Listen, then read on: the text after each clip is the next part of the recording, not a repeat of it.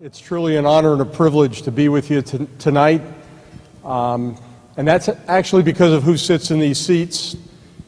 I see you as leaders who bring joy to others and also help to make meaningful connections between and among people. That's a pretty important mission. And I describe your mission that way and doesn't mention donuts or sundaes or sandwiches or coffee because of a personal connection with Duck Donuts. Russ didn't mention, but I'll just mention it, that I have 10 children. I'll go ahead and answer your questions. They're all mine. They're all with the same wife, Misty, who happens to be here with me.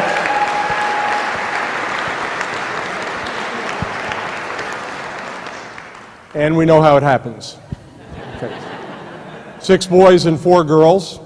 The majority of them have actually been to a Duck Donut store.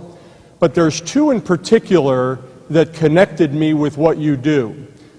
These 2 were up at Messiah College near Mechanicsburg, Pennsylvania. One was a women's lacrosse coach, and the other one was a student athlete who played for her sister.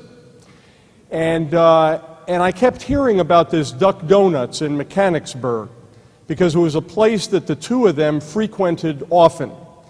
This is where they celebrated their victories.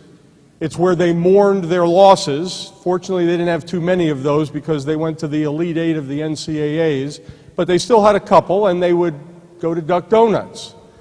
And it's where they would meet up with friends for important fellowship. It was incredible when they would talk about it, because it was enough to hear about the mouth-watering donuts, but it was how their faces lit up when they talked about the atmosphere, and it was a gathering place. And as they talked about that, I began to think about an experience I had, now you'll see the connection here in just a moment, with the ATF, the Alcohol, Tobacco, Firearms, and Explosives Bureau. Now what does that have to do with Duck Donuts? Works, but she worked through Guiding Eyes for the Blind. You get the dog at about 8 weeks old, and then you train it through all basic commands and socialize it. So you bring it to a lot of different establishments. And then at the age of 16 months of that puppy, you then turn it over to the next level of training. So I was telling a couple of stories about what it was like. I thought it was just playing with a puppy, but obviously that was not what it was about, because every week you had to have a new attempt at training them on some specific obedient command. And you would do that every week, and the dog would get tested, and then eventually at 16 months they'd go through a very extensive test to make sure they were ready for the next level. But someone from the ATF came up to me afterwards and said, "Hey, did you know that the ATF sometimes uses some of the dogs that fail out of that program because they're so well trained, they have great dispositions, and we use them as explosive dogs that sniff out explosives in different areas?" And they said, "As a matter of fact, why don't you come to the ATF training facility that's over in Front Royal, Virginia, to the west of here, and we'll show you how they do it." So my wife and myself and our youngest, Deborah, we went over there, and it was the first day they were bringing in a new crop, and as it turned out, little black Labrador retrievers from Guiding Eyes for the Blind that had not made it through that program, but that we're going to use as explosive dogs. So they bring these 2 black labs out onto this big floor at this big training facility, and there were little cans, coffee cans, those silver big coffee cans on the floor, 5 for one dog, 5 for the other. And as they brought them out, each dog would sniff each of the cans, and when it would smell this one can that had explosive residue in it, the dog would react because it would smell a little different, and they would immediately treat the dog. So there's a connection between the treat and the smelling of the explosive residue. So they did this for about 20 minutes. And then the person who ran that facility for the last 20 years turned to me and he said, "What do you see when you look out there on the floor?" So what do you mean? He says, "Well, what do you see?" I said, "Well, I see 2 cute black labs. I see the coffee cans. I see a very creative type of training regimen." He said, "That's not what I see." He said, when I look out on that floor, I see the faces of all the people whose lives are saved because those dogs do their job. It's not about the cans and the dogs. It's about the faces of all those people whose lives are saved because we do our job well. And I actually thought about that when I thought about Duck Donuts, because it's not about the donuts, actually. It's about the faces of all those people, including my own children, whose lives are a little bit more joyful, a little bit more connected with others because of what you provide. And I think as leaders, we need to have that kind of vision, and we need to tell our people that kind of vision to inspire them as they work day to day. Because sometimes we can get so focused on what's right in front of us that we forget the bigger picture. I want to remind you what you do. You bring joy to others, and you actually help create these meaningful connections between people. That's a great mission to carry out every single day. So I salute you for what you do. I want to know how many of you here have ever been on a seesaw. Raise your hand if you've ever been on a seesaw. And I've been on a lot of them. It goes with the territory of the 10 children.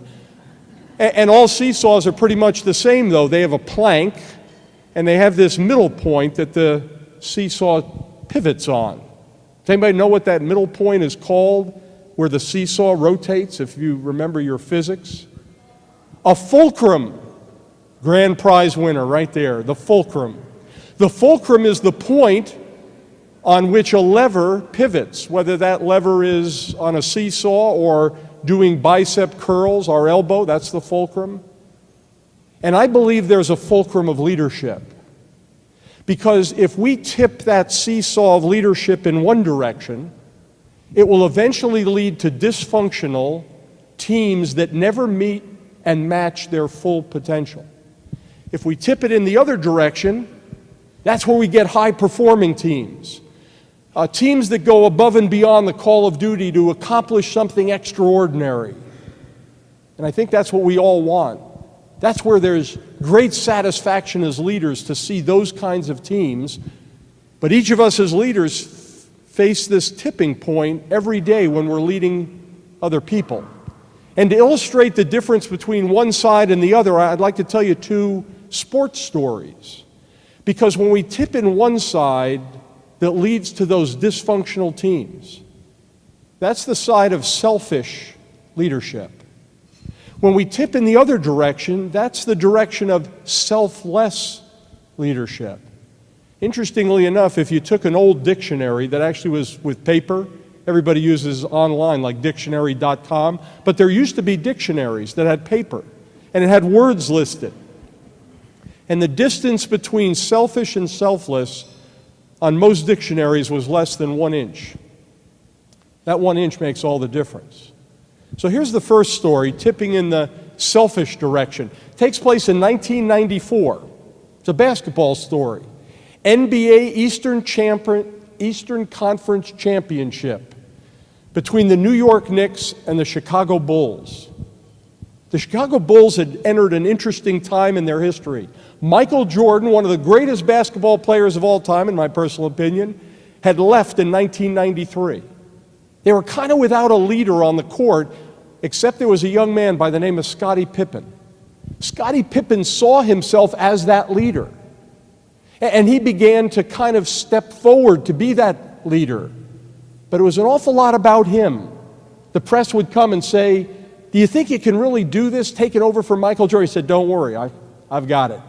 I'm the guy I want the fans to pay attention to. I'm the guy that can keep the Bulls going strong." And he had a very good season in 1994. So here it is, a 3 out of 5 series.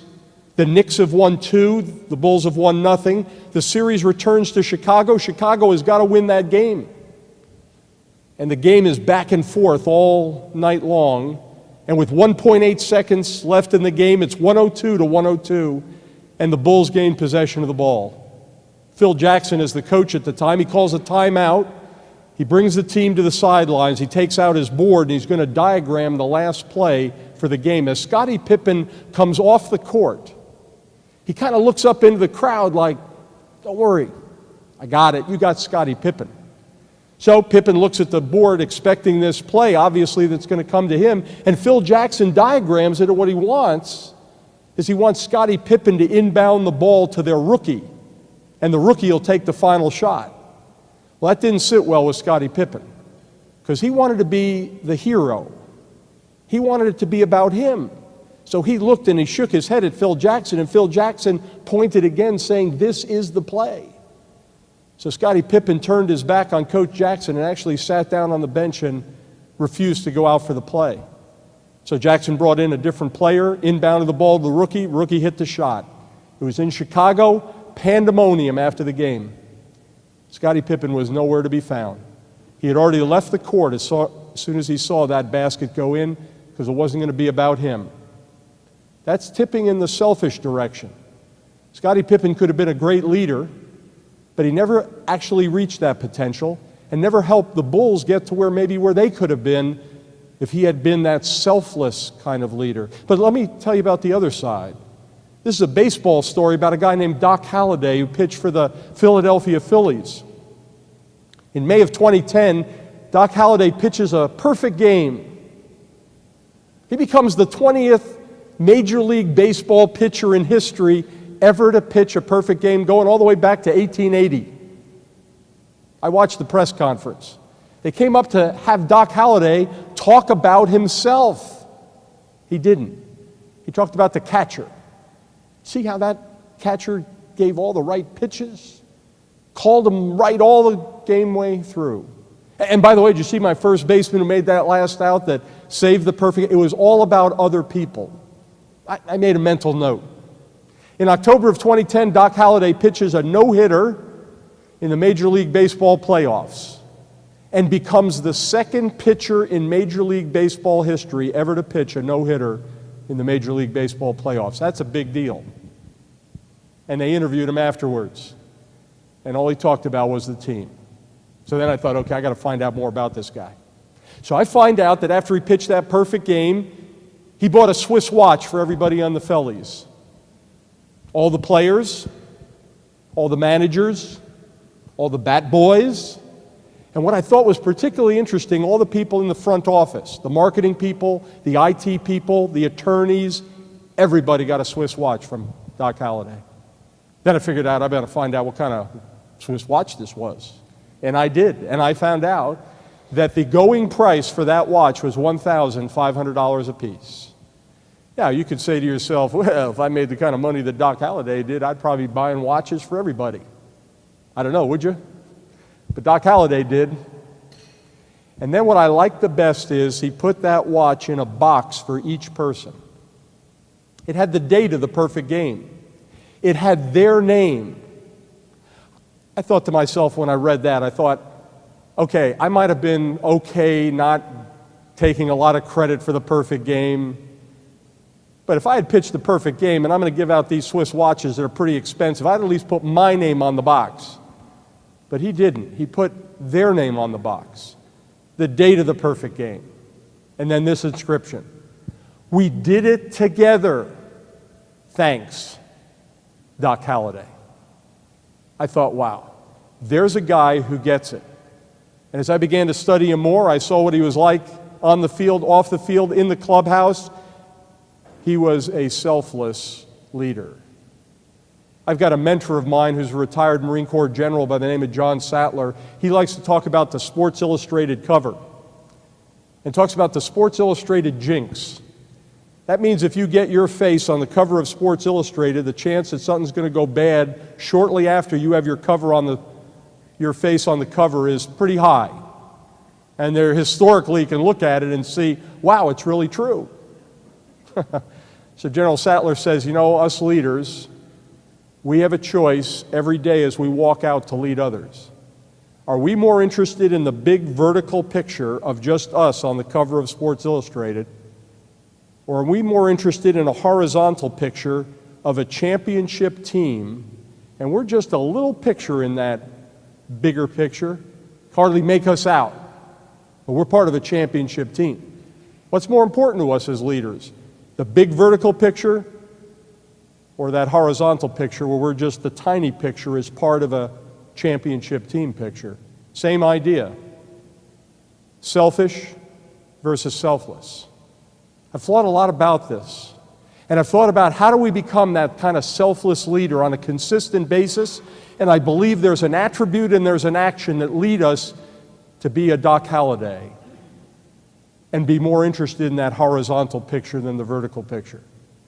And the attribute is the attribute of humility. Humility. Sounds like a weak thing, humility. People kind of step on you and walk all over you, and you're kind of shy and retiring. I don't believe that's what humility means at all. I believe humility means it's not about us. It's about the team. It's about the mission. It's about service, but it's not about us.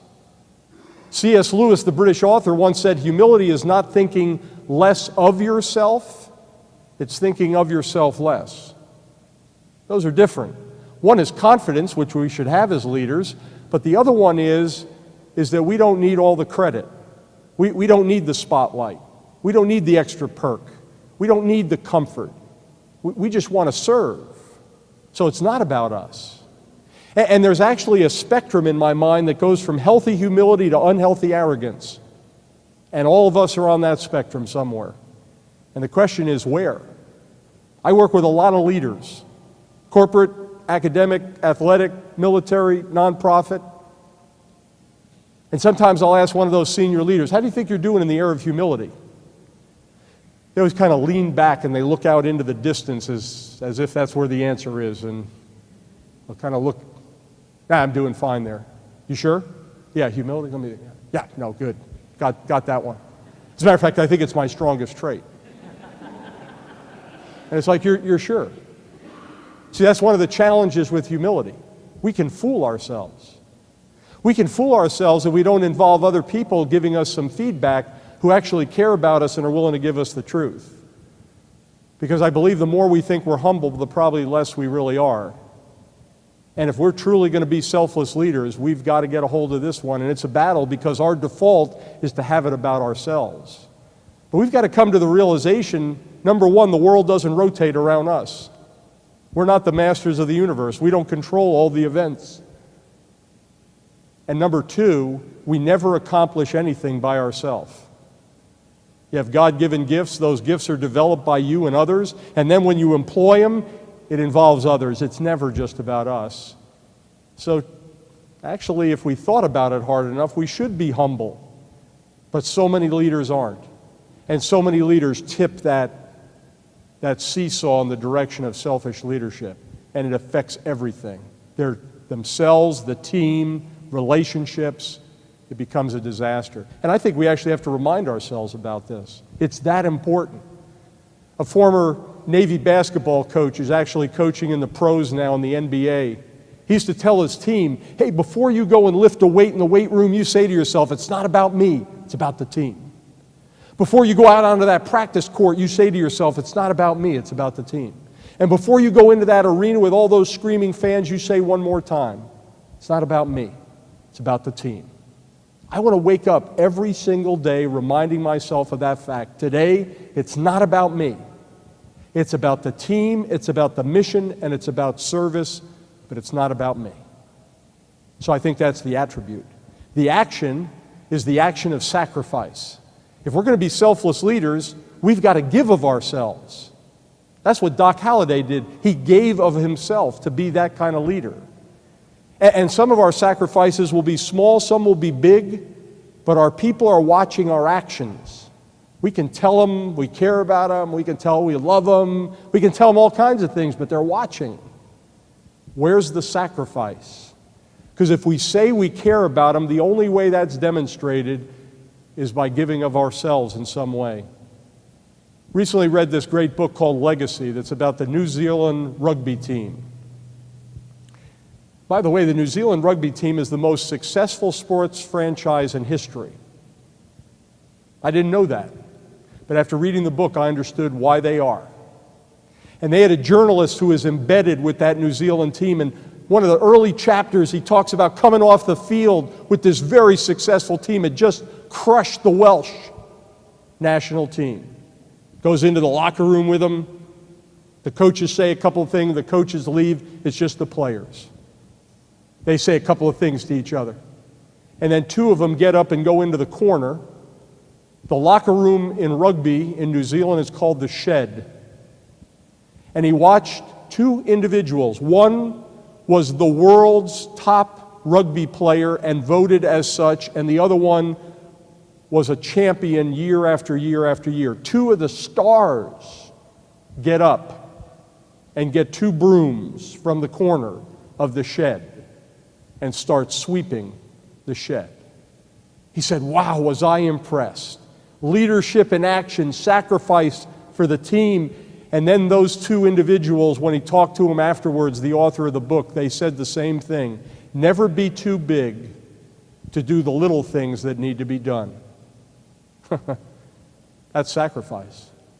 So, if we want to be selfless leaders, we want to tip that seesaw in the direction that's going to create those high-performing, extraordinary teams.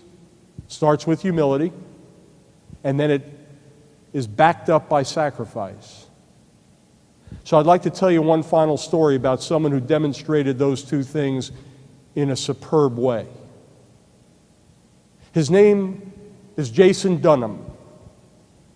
Born in Scioto, New York, upstate New York.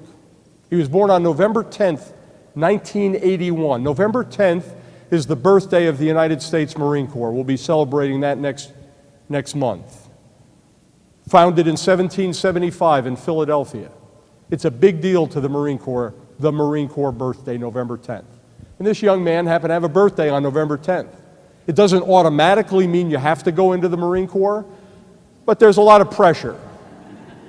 So he signs up coming out of high school. And in June of 2000, he enlists in the United States Marine Corps. By April of 2004, Jason Dunham is a corporal, 4 levels up in the enlisted ranks in the Marine Corps. And he's become a squad leader where he has responsibility for 13 other Marines. Normally that's one rank higher that's given that position.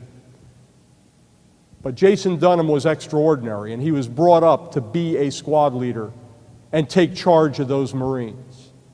And on the 14th of April, 2004, Jason Dunham had a checkpoint on the Syrian-Iraq border. There was a major supply route that ran north to south, and he would check convoys or individual vehicles that would come by and make sure that everything was fine with them. There were no problems or there was some reason they should be restricted.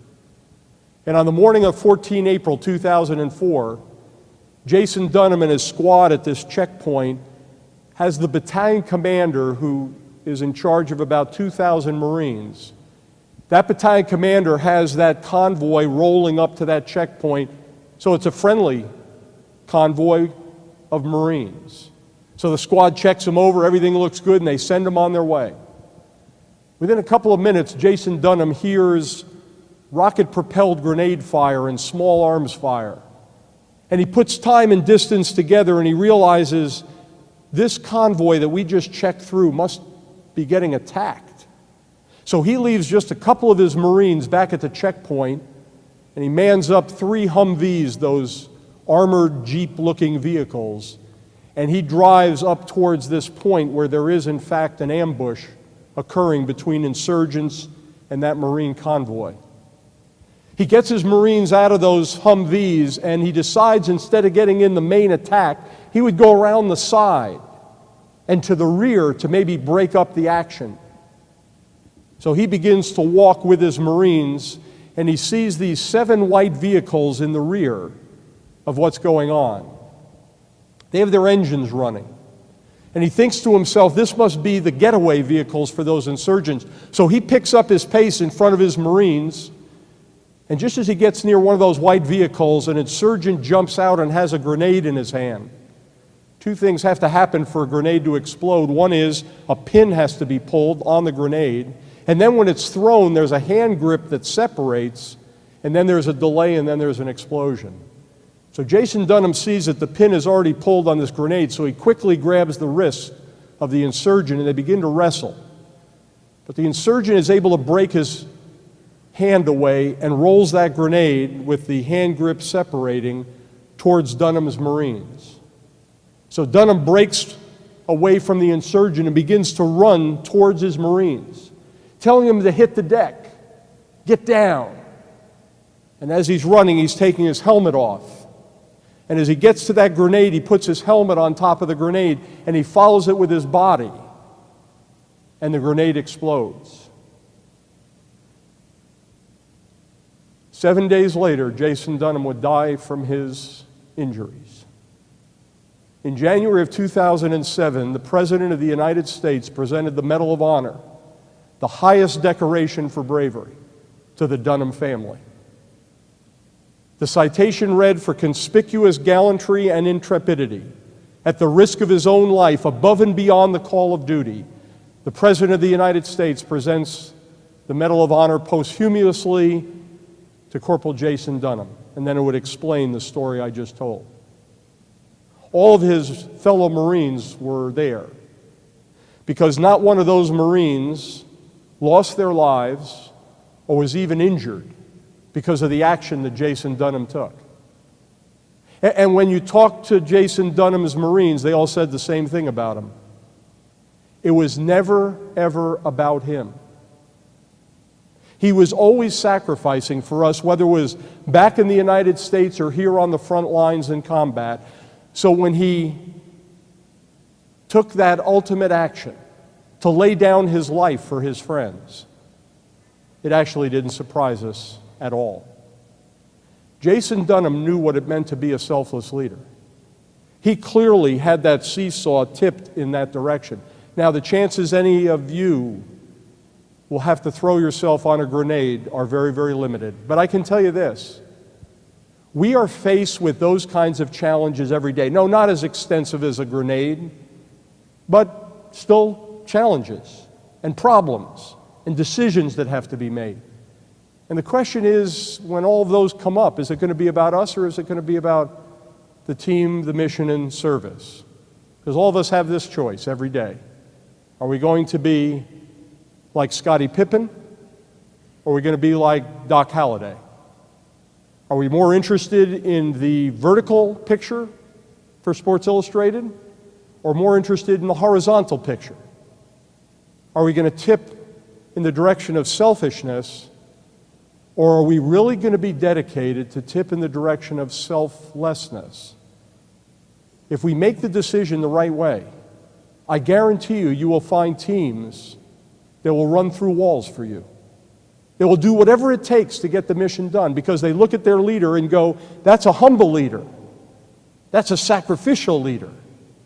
That's a leader I want to follow. And because your mission is really, really important because it involves people, remember the faces of the people. It's not really about the donuts. It's about the faces. And to get to those faces, to enjoy your product, to be able to come together in community around your stores, it's going to take selfless leadership. And it's worth it because you got something important to contribute to our nation. Thank you, Russ, for having me. God bless you and keep pressing on.